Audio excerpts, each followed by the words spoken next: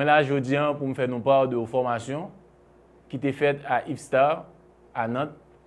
IFSTAR, c'est ancien laboratoire pont et chaussée. Formation ça a été réalisée sous matériaux bitumineux. Ça nous relais Alsfat en Haïti. Et formation ça a été faite pour 11 cadres, techniciens et ingénieurs laboratoire national. Si vous avez des problèmes de collage du pneumatique sur l'enrobé qui est trop collant, ça peut arriver. Dans ces cas-là, qu'est-ce qu'on préconise de faire? Mettre un cellophane sur le... Cellophane ou d'utiliser une un feuille mélange... une feuille de cellophane ouais. à la surface. À la surface. C'est une formation qui est très importante pour le laboratoire national dans tout. Parce que ça permet au laboratoire de passer de méthode à normes européennes dans 4 essais à réaliser sur matériaux. Et ça permet au laboratoire d'avancer vers l'accréditation ISO dans le domaine produit noir. Il fallait regarder la pression de ligne d'avant. Hein. Oui, mais là, c'est fictif. Hein. Là, c'est vraiment fictif. On n'a vraiment pas le temps de faire un essai. Oui, je vais être short. Il fallait le dire quand même, hein, parce que ça fait partie du processus. Oui, ouais. Mais dans le mode opératoire, de toute façon, c'est indiqué. C'est indiqué. Oui. Donc la pression des pneus, du coup. Dans le cadre de formation, nous avons 5 niveaux d'études de formulation allant de 0 à 4. Niveau 0, nous avons une coupe granulométrique et teneur en lien qui est fixée. Je ne sais pas comment est une bonne machine du coup, par contre. Bah, c'est une nouvelle machine. C'est les nouvelles machines, je ne sais pas. Nous, ça a dû changer. Vous n'aurez pas du tout la même interface. Dans le niveau 1, nous avons essai compatibilité.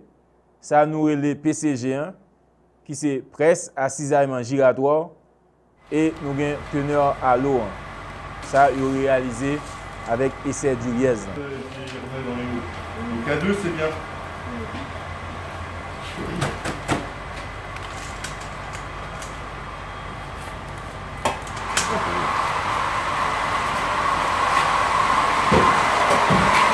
Voilà.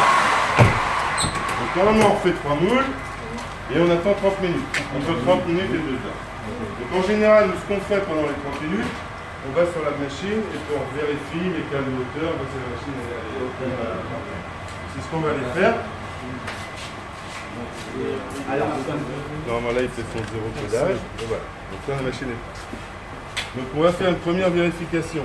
Donc je vais vérifier ici les surfaces de contact ici soient pas trop sales. Les surfaces de contact ici ne soient pas sales non plus, parce que ça, on pose ici, et si c'est sale, on arrivera comme ça et ça change la hauteur. Donc plus on est propre, plus la hauteur sera respectée, on sera mieux calé. Niveau 2, nous avons PCG1 et nous avons résistance à l'ornirage et nous avons essai Duriez. Ça s'appelle le bâtiment Duriez, mais notre Duriez il n'est pas moderne. Voilà. On a gardé la vieille méthode Duriez des années 50. donc ce qu'on va faire, c'est un essai d'écrasement.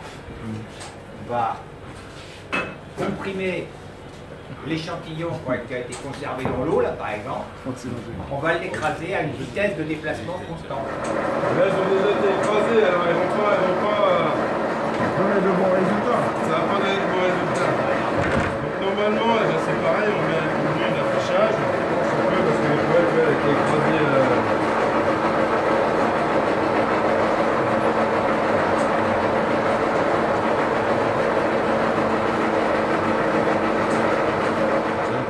Dans le niveau 3, nous avons PCG, nous avons résistance à l'ornirage, nous avons essai Duriez et nous ajoutons essai rigidité qui permet de nous déterminer module en traction et en flexion.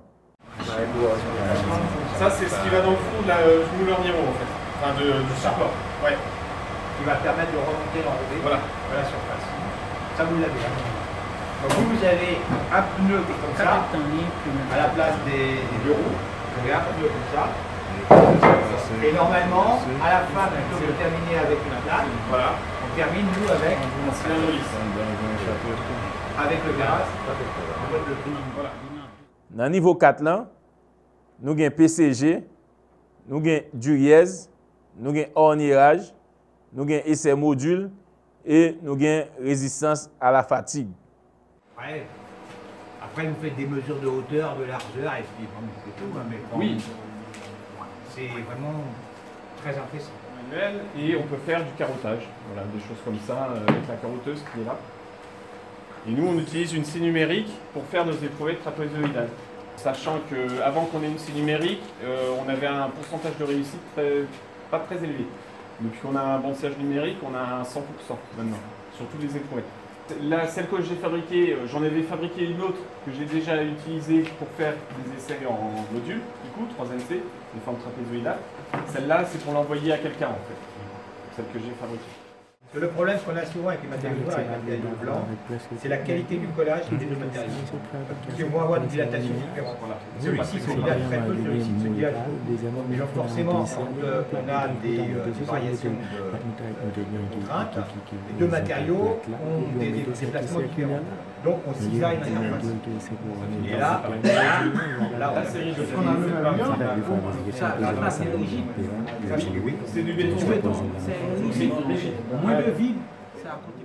C'est 5 niveaux ça yo, qui permettent de nous réaliser de bonnes formulations et qui permettent de nous construire une route qui est très résistante dans le pays. Donc à chaque fois, il faut faire un contrôle. Alors, quand il n'y a pas de souci, ça ne bouge pas. C'est juste brancher, regarder, c'est 6 barres et puis c'est enlevé. Voilà, c'est tout.